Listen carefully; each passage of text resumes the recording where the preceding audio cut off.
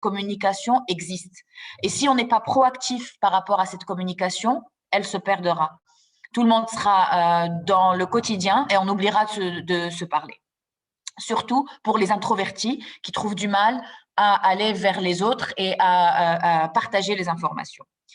Ensuite, comme j'ai dit, il y a aussi un manque de confiance. Le manque de confiance vient du fait, comme j'ai expliqué, il y a certains managers qui n'aiment pas ne pas avoir le contrôle et de ne pas savoir ce que leurs équipes sont en train de faire.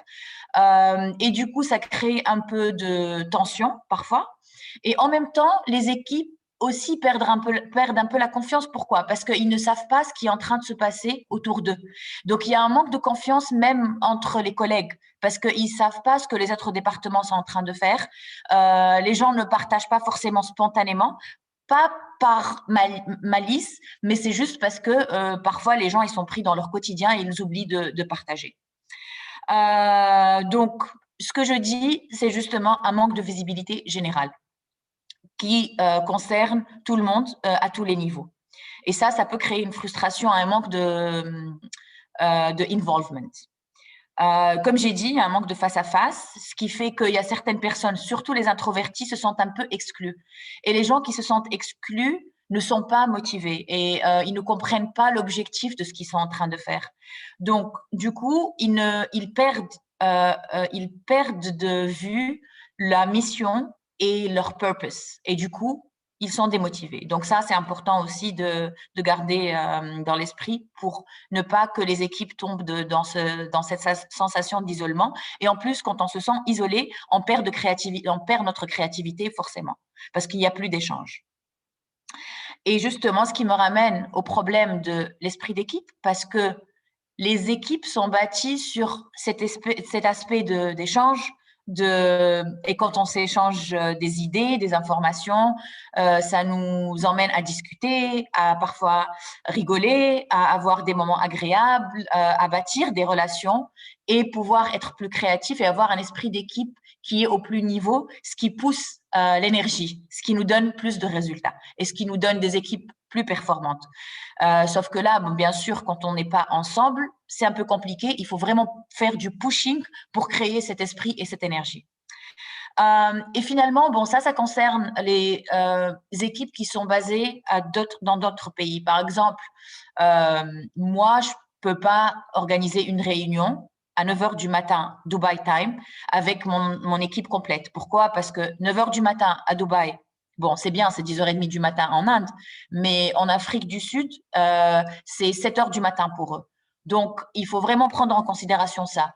Même chose, si je fais une réunion, si mon équipe en Afrique du Sud décide d'organiser une réunion à 5 h de l'après-midi, de leur côté, bah, ça va être très tard, ça va être 8 h 30 en Inde.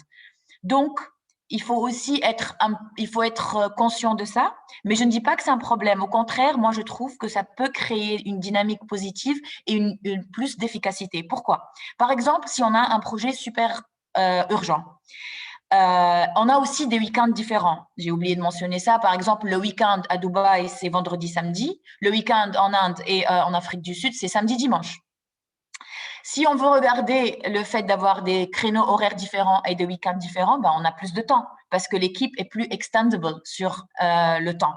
Si on a un projet très rapide et très urgent, les équipes en Inde vont commencer à travailler dessus en premier. Après, l'autre partie peut être finie par l'équipe en Afrique du Sud. Et quand Dubaï ne travaille pas le vendredi, eux, ils continuent à travailler. Et dimanche, l'équipe à Dubaï commence à travailler alors que les autres sont en week-end. Donc ça crée aussi une dynamique de force en jouant avec les zones horaires et les différents week-ends. Donc, alors, ça, c'est les défis. Maintenant, la question va être, c'est quoi la réponse à ces défis?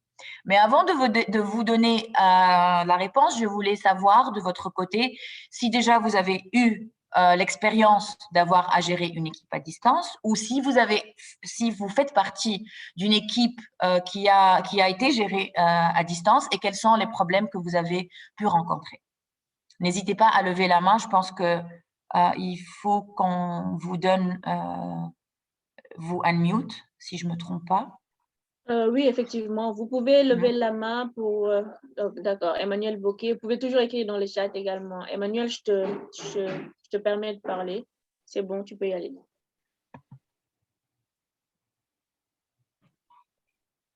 Allô, est-ce que vous m'entendez? Oui. Très bien, oui. Moi, j'ai une question sur le recrutement d'équipe. Quand Mhm. on recrute un nouveau collaborateur à distance et qu'il y a un potentiel gap culturel parce qu'il est dans un nouveau pays, un pays qu'on ne connaît pas, dont on ne connaît pas la culture du travail, quels sont les conseils ou astuces que vous pouvez donner pour mettre en place cette confiance et cette communication et pour éviter les principaux pièges? Oui, question très, très, très valide et surtout, justement, dans ces temps difficiles. Et même, moi, j'irais même plus loin. Le recrutement est difficile, comprendre les sensibilités culturelles, mais aussi même induction plan est difficile. Pour faire un plan d'intégration pour la personne, c'est assez difficile parce qu'on n'est pas à côté. Donc, alors, déjà, c'est important pour le manager de faire un peu de homework pour comprendre la culture du pays dans lequel le candidat est. S'il y a des sensibilités religieuses ou culturelles, c'est important de le savoir. Les week-ends, les habitudes culturelles, etc. Après, je pense une fois la personne est recrutée, au début, quand on fait un plan d'introduction, c'est important de garder le contact quotidien dans le sens où, et puis un contact personnel et demander, établir le lien dans le sens par exemple, moi, quand j'appelle mon équipe en Inde, ils ont bien sûr des coutumes différentes, des fêtes différentes, etc. Donc, ce que j'essaie de faire, c'est de faire mon homework. J'essaie de savoir s'il y a un festival, s'il y a une fête religieuse, s'il y a quelque chose à célébrer ou à leur souhaiter, parce que ça, c'est important. Et après, quand je commence une réunion virtuelle avec eux, je commence tout d'abord par les questions un peu personnelles, dans le sens, alors comment ça se passe, comment ça va, la famille va bien, etc. Et quand on pose des questions un peu personnelles, on arrive à comprendre la situation de la personne pour pouvoir respecter et comprendre comment gérer cette personne. Et ça se fait forcément à travers le temps de pouvoir comprendre. Mais je pense que le homework est un élément très, très important pour comprendre. Par exemple, même la façon de parler aux gens, la façon de gérer. Je vais vous donner un exemple. La culture en Inde fait en sorte que les équipes, en général, ils ont beaucoup de respect pour leurs managers. Ils respectent beaucoup, beaucoup l'hiérarchie et ils n'ont pas l'habitude d'être informels et ils s'attendent à ce que leurs managers leur disent exactement ce qu'ils doivent faire parce qu'ils ont peur de faire l'erreur. Bien sûr, je généralise, c'est pas tout le monde qui est comme ça, mais c'est culturel, je l'ai vu un peu partout. Alors que à Dubaï, c'est super multiculturel. Dans mon équipe, j'ai 4 nationalités et peut-être 6 langues. Les gens parlent 6 langues. Et du coup, les gens sont beaucoup plus à l'américaine. Ils se tutoient, ils sont très à l'aise avec les informalités et ils veulent leur indépendance. Ils s'attendent absolument pas à ce que leur manager leur dise ce qu'il faut faire. Donc ça, il faut le comprendre. Bien sûr, c'est difficile quand on recrute des gens dans un autre pays. Au début, quand on connaît pas le pays, c'est difficile. Mais il faut lire, il faut essayer de comprendre comment le pays fonctionne pour pouvoir bâtir petit à petit. Et même si on fait des faux pas, parfois ça arrive, c'est pas grave. Il faut juste après s'excuser et dire oui, je connaissais pas, je ne savais pas. Est-ce que vous pouvez m'en dire plus? Comme ça, la prochaine fois, on peut éviter de tomber dans une situation pas très agréable. Je sais pas si j'ai répondu à ta question, Emmanuel. Oui, très bien. Mieux Merci. qu'attendu. Merci beaucoup. Et donc, est-ce que quelqu'un a déjà rencontré une difficulté spécifique? Ou bon, sinon, je peux passer directement aux solutions, à quelques solutions, et je serais ravie d'avoir votre avis. Peut-être qu'il y a des solutions que j'ai pas vues parce qu'on apprend tous les jours. Alors, donc, ça serait quoi les bonnes pratiques pour permettre à l'équipe d'être efficace, to perform et être motivée forcément, et pour donner le résultat escompté.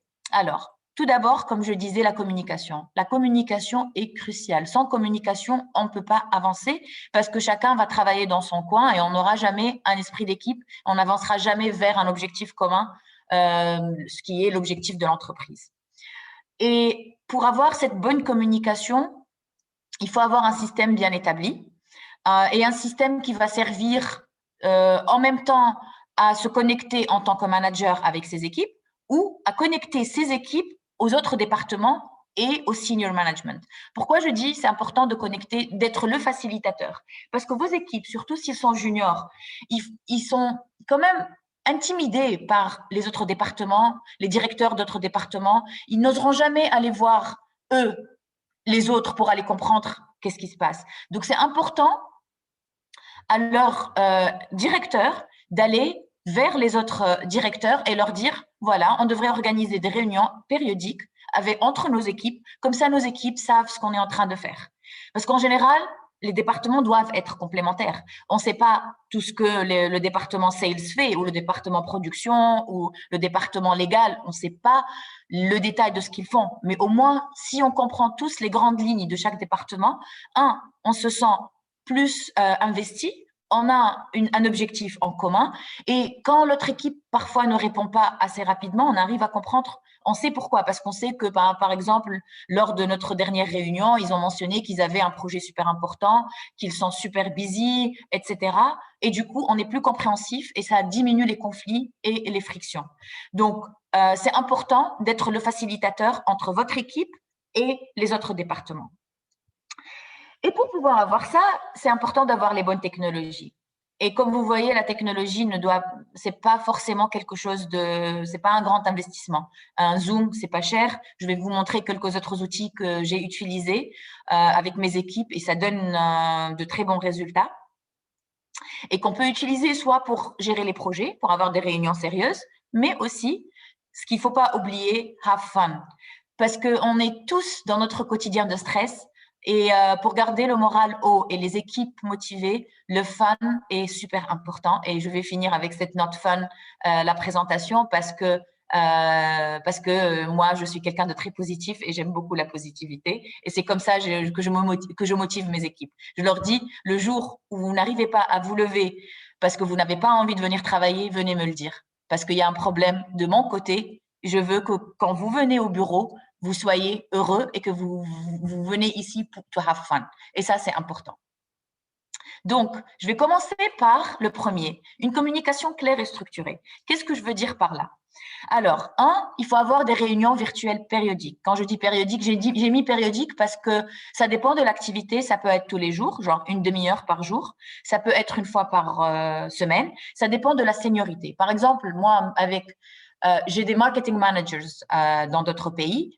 J'ai pas besoin de leur parler tous les jours parce que c'est des managers, ils sont assez responsables. Donc, ils font leur travail. On se voit une fois par semaine où ils me font un résumé. Ils me posent les questions pour les aider parce qu'ils ont forcément rencontré des difficultés ou ils veulent m'updater sur un projet qu'ils ont réussi. Comme ça, ils sont fiers et tout. Donc, une fois par semaine, c'est suffisant. Après, quand on a des gens qui sont plus juniors, surtout les nouveaux, qui sont basés dans d'autres pays, et surtout, j'ai vu ça dans mon expérience, comme tu disais, Emmanuel, tu recrutes quelqu'un et tu as quelqu'un qui est basé dans un bureau, dans un autre pays et qui est seul ou 2 personnes seulement dans un petit bureau commercial. Ces gens-là, il faut leur parler tous les jours parce que sinon, ils se sentent exclus de la compagnie et ils s'ennuient et ils perdent la motivation, ils ne sont pas motivés. Donc, une mise à jour quotidienne peut être utile, même juste 15 minutes, 30 minutes, même pour parler du beau temps. C'est pas grave, mais au moins qu'il y ait une connexion. Donc ça, c'est important. J'ai mis périodique parce que donc ça dépendra de vous de décider de la fréquence. C'est très important d'avoir un agenda clair. Pourquoi? Parce que si on n'a pas un agenda clair, surtout pour les réunions qui durent 1 heure, les gens arrivent, ils savent pas de quoi on va parler, ils s'ennuient Et en général, j'ai vu beaucoup ça, c'est que les gens se désistent à la dernière minute parce qu'ils ne voient pas l'intérêt, parce qu'ils ne savent pas de quoi est-ce qu'on va parler. Donc, un agenda clair, genre 2 jours en avance, c'est important. Les attentes claires, surtout si vous êtes le directeur, c'est important de donner, ou la directrice, c'est important de donner à vos équipes qu'est-ce que vous attendez d'eux. Est-ce que vous voulez un update? Est-ce que vous voulez discuter les problèmes qu'ils sont en train de rencontrer? Est-ce que vous voulez juste avoir une liste des projets juste pour savoir ce qui se passe? Ou s'il y a des problèmes bien spécifiques que vous voulez discuter? C'est important d'établir vos attentes comme ça. L'équipe arrive déjà préparée et ils n'arrivent pas au call comme ça sans savoir ce qu'ils doivent préparer. Et forcément être à l'écoute pour comprendre les défis. J'ai vu plusieurs fois, et moi aussi, je le fais parfois quand je suis stressée, et on a beaucoup de projets, j'ai pas le temps. Je fais le call et je plonge directement dans OK, les projets. Alors, qu'est-ce qu'on a fait sur ça? Qu'est-ce qu'on a fait sur ça? Et je laisse pas le temps à l'équipe de commencer à parler d'abord de leurs problèmes au cas où ils ont des problèmes. Donc, c'est très important de créer, ce que je dis ici, de créer ce lien émotionnel. En général, la structure d'un call ou d'une vidéo conference, c'est d'abord de demander comment les gens vont sur un plan personnel, surtout en temps de Covid. Maintenant, cette semaine, à chaque fois que je parle à mon équipe, la première chose, c'est comment va votre famille. Je ne sais pas si vous êtes au courant de ce qui se passe en Inde, c'est horrible. Tous les jours, il y a quelqu'un qui perd un membre de sa famille. Donc, c'est important d'être empathique, mais de le faire sincèrement, pas genre by the way, on ne prend pas la peine d'écouter. Ça, c'est important. C'est pour ça qu'il faut faire aussi le homework, lire les news, être au courant de ce qui se passe dans les pays par lesquels vous êtes concernés. Comme ça, vous savez ce qui est en train de se passer. Et ça joue un rôle très important parce que la personne déjà se sent en confiance, parce qu'on s'intéresse à la personne et à sa vie. Et de là, on peut savoir, est-ce que la personne est stressée, est-ce que la personne va bien, etc. Et après, on commence à parler des projets. Et quand on parle de projets, en général, c'est important de dire d'abord, alors, est-ce que le projet se passe bien? Est-ce que vous maîtrisez? Est-ce qu'il y a des problèmes que vous êtes en train de rencontrer? Parce que si on ne pose pas ces questions, on peut tout de suite aller dans un jugement de dire, ah, pourquoi c'est pas prêt? Ah non, il faut que ce soit prêt, alors qu'on n'a pas compris la situation d'abord. Parce que quand on comprend la situation, c'est plus facile après de donner un feedback clair. Parce que oui, il y a des gens qui sont pas forcément très efficaces ou performants, et il faut leur donner un feedback clair et constructif et parfois ferme. Je ne dis pas qu'il faut toujours être gentil et dire oui, oui, je comprends, etc. Mais si on n'écoute pas la personne pour comprendre ce qui se passe, on ne pourra jamais donner un feedback qui est juste et basé sur des faits. Donc ça aussi, c'est très, très important. Et donc, voilà en ce qui concerne la communication qui doit être très solide. Ensuite, je parlais de la facilitation de connexion entre les autres départements. Comme j'ai dit, c'est important que les équipes ne se sentent pas perdues par rapport à tout ce qui se passe ailleurs. Par exemple, si c'est une équipe marketing qui travaille sur un projet de lancement d'un produit, c'est important pour eux de savoir ce que la production est en train de faire, ce que le responsable achat est en train de faire. Même si c'est des projets qui ne le concernent pas, c'est important de savoir et de voir la bigger picture. Donc, ça, comme j'ai dit, c'est important que ce soit le manager qui le fasse, parce qu'avant, peut-être que l'équipe, même les gens qui sont timides, ils avaient la possibilité de se voir physiquement. Maintenant, on n'a plus cette possibilité. Enfin, dans ce cas de figure, les gens n'ont pas les points d'attache physique. Par exemple, ils ne peuvent pas se rencontrer lors d'une pause café ou d'une pause cigarette ou d'une pause pour marcher ou déjeuner, etc. C'est lors de ces contacts que les gens commencent à engager une conversation et pouvoir comprendre ce qui se passe dans notre département. Oui, on dit parfois c'est des gossips ou des bruits de couloir, mais c'est pas grave, ça fait partie de la vie en entreprise. Mais c'est aussi important de créer les points de contact pour pouvoir savoir ce qui se passe dans notre département.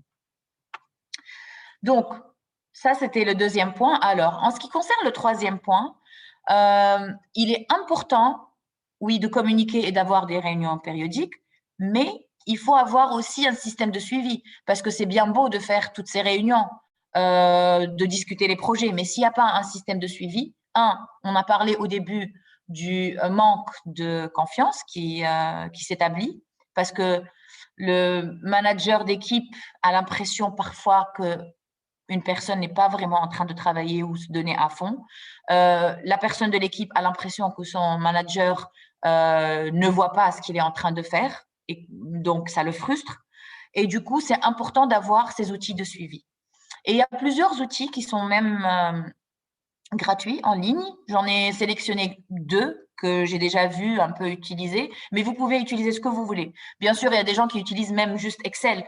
C'est juste que parfois, on est un peu, si on tombe dans le piège d'avoir des listes super chargées, super boring, peut-être qu'une interface un peu plus rigolote, un peu plus engageante peut créer la dynamique de l'équipe. Donc, il y a un outil qui s'appelle Trello, qui est assez intéressant et assez ludique.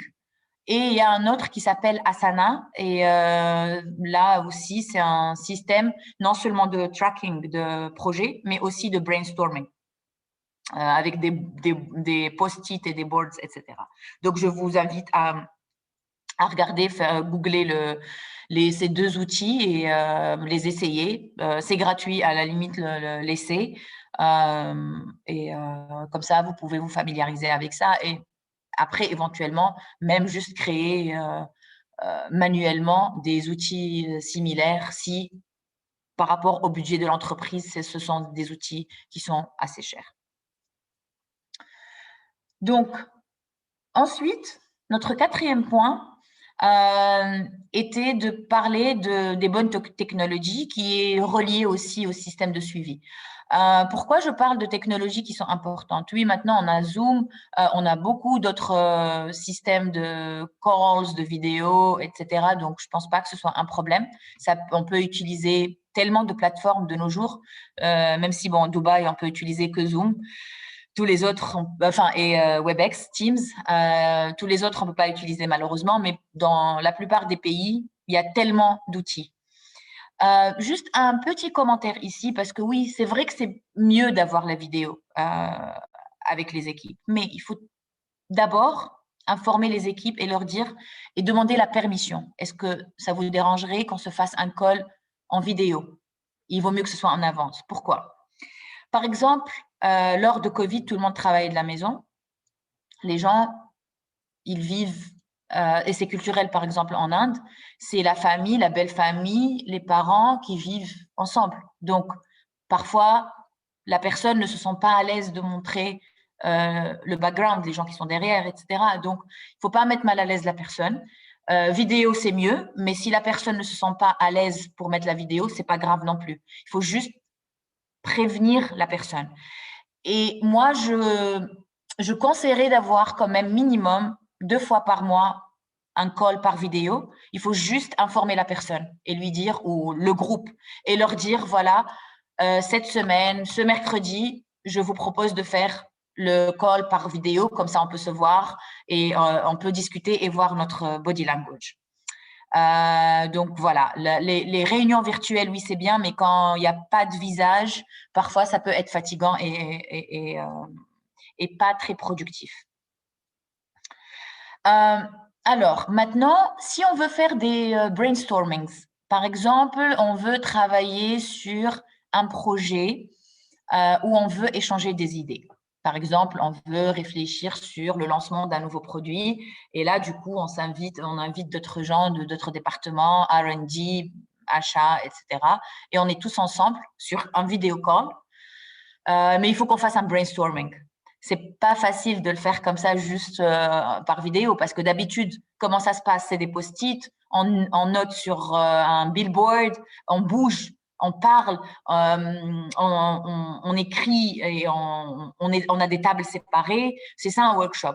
Et du coup, moi, je trouve Miro très, très, très intéressant parce que vous pouvez mettre des post-it et c'est en parallèle. Les gens le font en parallèle. Par exemple, moi, je peux écrire un truc sur un post-it rose, quelqu'un d'autre va mettre un truc sur le jeûne, et après, on va pouvoir s'amuser ensemble à faire des groupes de mots et après tirer des conclusions et aller dans une autre étape, etc. Et c'est un jeu, je dis jeu c'est un lapsus, mais c'est presque un jeu en fait, qui permet la discussion créative dans une équipe. Il y a aussi Talify. Honnêtement, ça, j'ai jamais essayé, mais c'est un outil que j'ai vu un peu partout. Il est vraiment highly rated. Miro, je l'ai essayé, très sympa. Talify, je l'ai jamais essayé, mais ça a l'air très bien. Donc, n'hésitez pas à aller faire un free trial et voir. Et finalement, Aha Slides. Aha Slides, c'est un peu différent. Je ne sais pas si vous connaissez. Aha Slides, c'est, par exemple, moi, je vous fais cette présentation. Et après, je veux poser une question. C'est comme une espèce de poll. Donc, je mets la question et je mets quelques réponses. Et après, on peut voir les statistiques des gens qui ont répondu. Et ça crée une interaction et ça crée plus de dynamique dans une réunion, surtout dans des réunions qui sont longues où le sujet est assez lourd. Pour être sûr que les gens sont engagés et qu'on ne perd pas leur attention, c'est important d'avoir quelques questions un peu sympas après chaque partie de la présentation et les résultats sont vus live. Genre, les gens sont en train de répondre et on est en train de voir le poll, allez, 30%, 40%, etc., etc. Donc ça, c'est sympa comme outil à utiliser. Donc, je vous invite à aller voir ces 3 outils sur Internet. Et si vous avez des questions, même après, plus tard, si vous voulez, si vous avez des questions, vous pouvez toujours m'envoyer un message sur LinkedIn et je serai ravie de répondre. Alors, donc ça, c'était les outils. Et finalement, comme j'ai dit, il ne faut pas oublier le fun. Le fun est très, très, très important. Pourquoi ? Parce que quand on n'est pas ensemble au même endroit, on s'oublie. On ne réalise pas que c'est l'anniversaire de cette personne ou que cette personne vient de se marier ou que cette personne a gagné un trophée ou qu'elle a fait un nouveau challenge dans sa vie de monter au top d'une montagne ou quoi que ce soit. Et ça, c'est des moments de vie qui sont importants. Et on passe quand même beaucoup de temps avec nos collègues. Ils font partie de nos vies. Ils font partie de nos moments agréables, de nos moments tristes. Et c'est important de partager ça. Et que ce soit sur un plan personnel ou sur un plan professionnel. Si on gagne un projet, pourquoi pas faire une célébration? Mais quand je dis célébration, ça ne va pas être 2 heures de fête et les gens vont danser. Mais même 15 minutes de dire, voilà, c'est l'anniversaire d'Emmanuel, par exemple, aujourd'hui. Allez, tout le monde, il faut prévenir les gens, encore une fois, genre 2 jours, 3 jours à l'avance pour que ce soit une caméra. Allez, on va fêter ça, on ouvre les caméras. On peut même demander en avance pour les gens qui veulent le faire d'avoir un accessoire, si c'est possible. Sinon, écrire un petit mot, genre joyeux anniversaire. Quelle que soit la créativité, les gens, quand ils sont stimulés d'une manière positive et créative, on peut faire sortir ce qu'il y a de mieux en nous. Donc, ça, c'est important. Donc, ça peut être soit un anniversaire, soit quelqu'un qui a eu un nouveau-né, soit un mariage, etc. Mais comme j'ai dit, ça peut aussi être un projet. Par exemple, si le manager est super content parce que il y a eu un nouveau projet qui a été conclu ou on a gagné un client. C'est important d'envoyer un email de remerciement et de dire, voilà, on va célébrer ça. Donc, venez pour 15 minutes. On va discuter, on va se féliciter, on va se raconter un peu comment nos journées se passent, etc. Et ça garde une équipe soudée, une équipe heureuse et une équipe positive. Et une équipe positive, c'est une équipe qui est efficace. Et ça vient naturellement. On n'a pas besoin de pousser, on n'a pas besoin d'être stressé. On va être stressé, mais plus un stress positif, parce qu'on est tous stressés par le travail, mais on peut toujours faire en sorte que notre stress soit positif, parce qu'on a beaucoup de boulot, oui, mais on le fait en étant heureux et en célébrant la vie. Donc voilà, je finis sur cette note assez positive. J'espère que ça vous a été utile et n'hésitez pas à me poser des questions ou des commentaires ou de partager une expérience que vous avez eue dans ce sujet.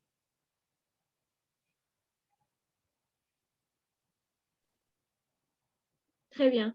Merci énormément, Sana. Je vais te laisser souffler pendant quelques secondes, le temps de laisser la possibilité aux spectateurs de poser les questions. Donc, vous pouvez soit lever la main, comme ça je vous autorise à parler, soit écrivez juste la question au niveau du chat et Sana lira ou je lirai pour elle, elle pourra y répondre.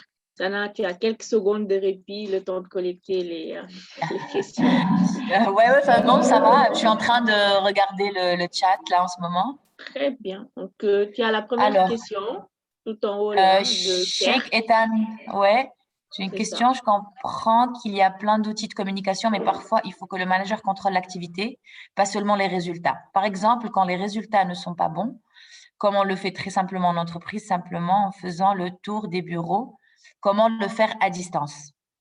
Très bonne question, Chir. Alors, donc, si j'ai bien compris, vous voulez savoir comment savoir si les gens sont vraiment en train de travailler ou pas. C'est ça?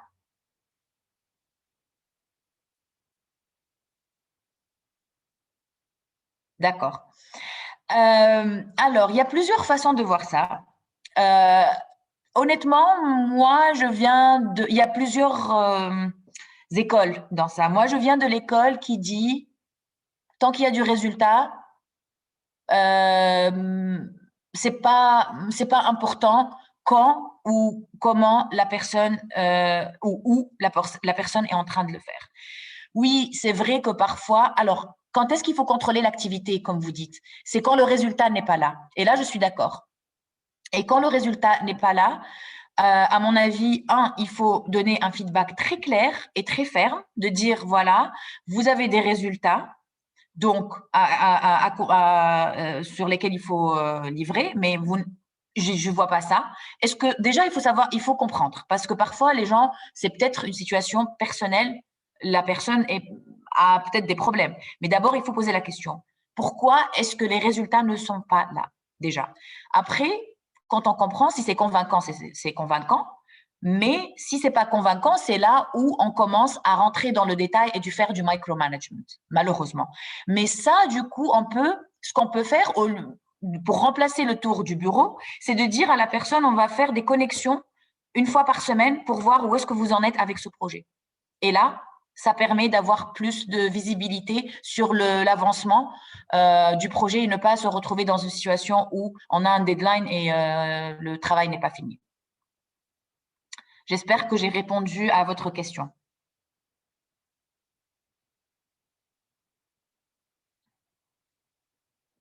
Très bien.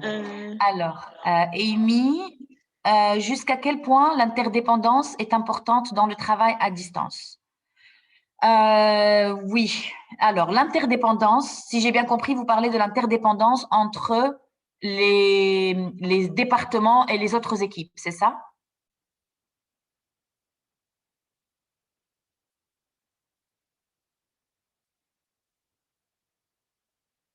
Je ne sais pas si Amy m'entend. Bon, on va dire que c'est ça. Oui, l'interdépendance, que ce soit à distance ou pas à distance, reste aussi importante. Pourquoi? Parce que comme j'ai dit, en fait, si les gens ne communiquent pas et ils ne savent pas ce que les autres sont en train de faire, on n'est plus une entreprise. Ben, on est en train de travailler en silos. Chacun fait ce qu'il a à faire. C'est comme si c'était un groupe de musique et chacun joue dans son coin sans se parler. Donc, c'est important de savoir ce qui se passe. Et c'est pour ça que dans une situation de travail à distance, il faut pousser parce que ça ne vient pas naturellement. Parce que comme Chir l'a bien décrit, le tour des bureaux, on ne peut pas le faire. Donc, il faut faire le tour des gens sur un WebEx, malheureusement. Et c'est pour ça qu'il faut que ce soit le plus fréquemment possible quand on se connecte avec les gens. J'espère que j'ai répondu à votre question. Comment motiver notre équipe à distance, mis à part mettre le fun? Alors, motiver l'équipe. Ça, c'est une question super intéressante et c'est une question qui pourrait même prendre une autre présentation à part. Alors, de par mon expérience, j'ai compris que les gens sont motivés différemment. Il y a plusieurs profils. Je prends mon exemple. Moi, dans mon équipe, j'ai eu, par exemple, quelqu'un qui est motivé par la reconnaissance, lui dire merci. Une autre personne est motivée par le challenge. C'est quelqu'un qui veut résoudre des problèmes, les difficultés. Une autre personne qui est motivée, je ne vais pas parler d'argent parce que bon, ça c'est évident, mais je vais parler de la nature du job. Il y a des gens qui sont motivés quand ils font un travail créatif. Il y a des gens qui sont motivés quand ils ont le sentiment de faire partie d'une équipe et qui sont intégrés dans toutes les décisions, qu'ils sont involved dès le départ. Donc, une fois on comprend chaque profil de notre équipe, c'est plus facile pour nous de motiver. Parce que la motivation se passe. Alors, que ce soit du coup, que ce soit à distance ou pas, la manière de motiver reste la même. La seule personne qui sera plus difficile à motiver, c'est la personne qui a besoin d'être intégrée dans tout, parce que l'interdépendance est plus difficile et c'est pour ça qu'il faut vraiment garder un œil sur cette personne. Et en général, et surtout si cette personne est introvertie. Donc, moi, je pense que le profil le plus difficile dans le travail à distance, c'est les gens qui veulent toujours être au courant de tout. Et s'ils ne sont pas inclus dans le projet dès le départ, ils sont démotivés et ça ne les intéresse pas. Les autres, ça revient, c'est la même chose. La personne qui veut être remerciée à chaque fois et veut avoir de la reconnaissance, c'est très facile. Il faut être sûr d'envoyer un email copiant tout le monde, de dire merci, excellent boulot, on est ravis de vous avoir dans notre équipe, etc. Les gens qui veulent du challenge, faut leur donner des situations difficiles et leur laisser l'indépendance de pouvoir trouver des solutions. Donc voilà, donc ça dépend du profil, moi, à mon avis. Mais le fun, oui, c'est vrai, ça motive tout le monde, mais je peux vous dire que le fun, c'est pas motivant pour tout le monde non plus. Il y a des gens qui n'aiment pas ça. J'espère avoir répondu à votre question.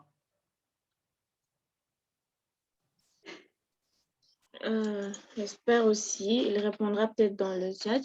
Moi, j'ai une question. C'est comment les managers peuvent faire pour éviter, on va mettre entre guillemets, le trop de supervision dans leur équipe. On parle du principe que des fois, c'est un peu compliqué de se dire qu'on peut manager une équipe à distance.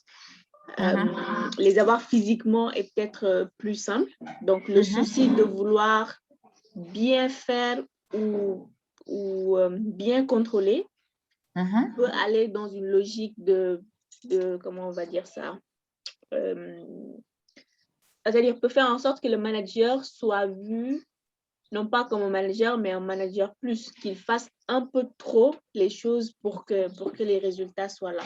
Donc, comment éviter en tant que manager, avec une équipe à distance multiculturelle, de ne pas entrer dans le too much du management. Dans du micromanagement, c'est ça? C'est ça. D'accord.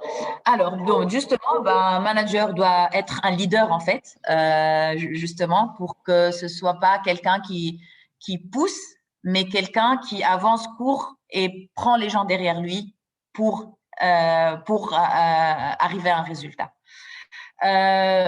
Moi, alors, je vais essayer de prendre un exemple de mon expérience. En général, les gens, quand on leur donne un objectif, ce qu'on appelle le why, le purpose, clair, de leur dire, voilà, on veut finir ce projet parce que, je prends un exemple, ça va vraiment nous ramener des parts de marché et on va pouvoir devenir le numéro 1 ou le numéro 2 ou 3, ça dépend des objectifs. On n'a pas forcément besoin d'être le numéro 1 tout le temps, mais on va dire, voilà, ça va nous permettre de gagner des parts de marché, etc. Donc, la personne se sent sans sa valeur dans la contribution au résultat de l'entreprise. Donc, je vais voir on va dire, brand manager. Je dis, voilà, la marque X, si on va finir ce projet, on va avoir plus 20% d'augmentation de chiffre d'affaires et ça va être vraiment génial et on va pouvoir célébrer et on va avoir des bonus, etc. Donc, ça, on a déjà établi le purpose, le why pour la personne. Donc, la personne, et je suis en train de prendre un profil bien spécifique parce qu'il y a des gens qui sont plus motivés par un autre purpose, un changement qui a impacting the world or social impact. Ça, c'est autre chose. Moi, je suis en train de prendre l'exemple de quelqu'un qui est driven by results. Donc, quelqu'un driven by results, vous lui dites, voilà, vous allez avoir une augmentation. Si on finit ce projet, vous allez pouvoir augmenter le chiffre d'affaires par 20%. Donc, allez, let's do it. Donc, la personne, elle est déjà motivée, elle a un objectif. En cours de route, la personne peut être démotivée parce qu'il y a des gens qui lui mettent des bâtons dans le roue ou il y a quelque chose qui ne marche pas ou peu importe. Alors, c'est important de laisser la personne faire des erreurs et face them. Par exemple, moi, ce que je faisais, avant, j'avais un marketing manager qui était un peu problématique à un certain point de son passage. Et on a essayé de travailler ensemble pour qu'il soit plus motivé et plus efficace et plus performant. Et ce que j'ai réalisé, c'est que pour lui, il sait que je vais suivre. Je lui donne un projet et il sait très bien comme moi, j'ai peur qu'on n'a pas le résultat escompté, je vais toujours suivre et avoir peur. Donc, il est là et il attend que je le suive. Donc, on est en train d'apprendre à notre employé. Merci d'être là, Emmanuel. Au revoir et à bientôt. Et du coup, c'est important de laisser cette personne confronter leurs responsabilités. Donner une responsabilité, c'est donner à la personne aussi le risque d'être confronté à d'autres gens qui sont reliés à ce projet, de venir leur dire pourquoi c'est pas fait. Je sais pas si je m'explique comme il le faut, mais concrètement, une personne même si la personne vous reporte, elle ne dépend pas que de vous. Il y a plusieurs autres départements qui dépendent d'elle. Et si on met cette personne dans une situation où elle est accountable pour quelqu'un d'autre qui n'est pas son manager, et c'est son image qui est en jeu, la personne va faire en sorte que ce soit fait. Et du coup, on peut éviter d'être un micromanager parce qu'on gère par le résultat, pas par ce que la personne est en train de faire. Je ne sais pas si j'ai répondu à votre question. Oui, très bien, oui, très bien.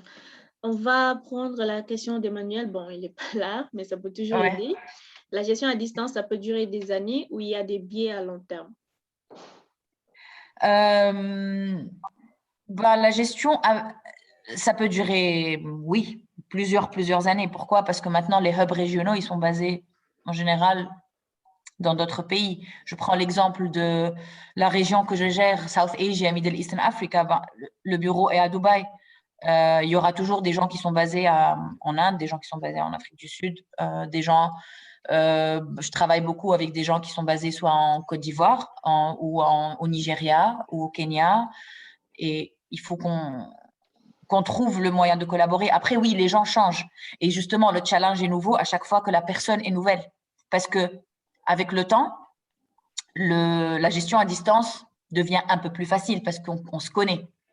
Mais à chaque fois qu'il y a une personne nouvelle, c'est un peu difficile. Moi, je me rappelle avoir recruté quelqu'un pendant le full lockdown. C'était vraiment, vraiment compliqué pour faire la formation à la personne, pour que la personne comprenne comment on fonctionne, etc. Donc oui, je pense que oui, ça peut durer des années, la gestion à distance. Moi, ça fait, je sais pas, peut-être 9-10 ans que je travaille à distance. Je gère des projets et des gens à distance.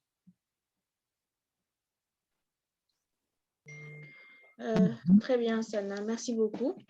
Donc, il n'y a pas d'autres questions. Il n'y a pas de main levée non plus. Il faut dire aussi que la présentation a été assez claire et fluide pour tout le monde. Donc, s'il n'y a pas d'autres questions, non, il n'y a pas de questions, il n'y a pas de main levée. Donc, je considère que tout le monde a compris et que tout le monde est satisfait. Sana, je vais te laisser pour le dernier mot de la fin et ensuite, on se dit à bientôt. D'accord. Ben, merci beaucoup à tout le monde d'avoir participé. Je suis très contente de voir beaucoup de questions, une interaction, etc. Je vous souhaite une excellente soirée. Si vous avez des questions, vous pouvez me contacter sur LinkedIn, comme je l'ai dit. Et j'espère à la prochaine avec un nouveau thème. S'il y a des thèmes qui vous intéressent, je le ferai avec plaisir. Donc voilà, c'était vraiment un plaisir. Merci Sana, c'était aussi un plaisir. Merci vraiment pour la disponibilité. Je tiens à rappeler qu'elle est, comme elle a dit, disponible sur LinkedIn. Tapez juste le nom et vous la retrouverez. Et par ailleurs, cette vidéo sera aussi, avec son autorisation, uploadée sur la chaîne YouTube de Emmanuel Bokeh. Et vous pourrez toujours retourner et réécouter encore une fois sa présentation. Merci à tous pour la disponibilité. Merci Sana et à très bientôt tout le monde. Merci. À très bientôt. Au revoir. Au revoir.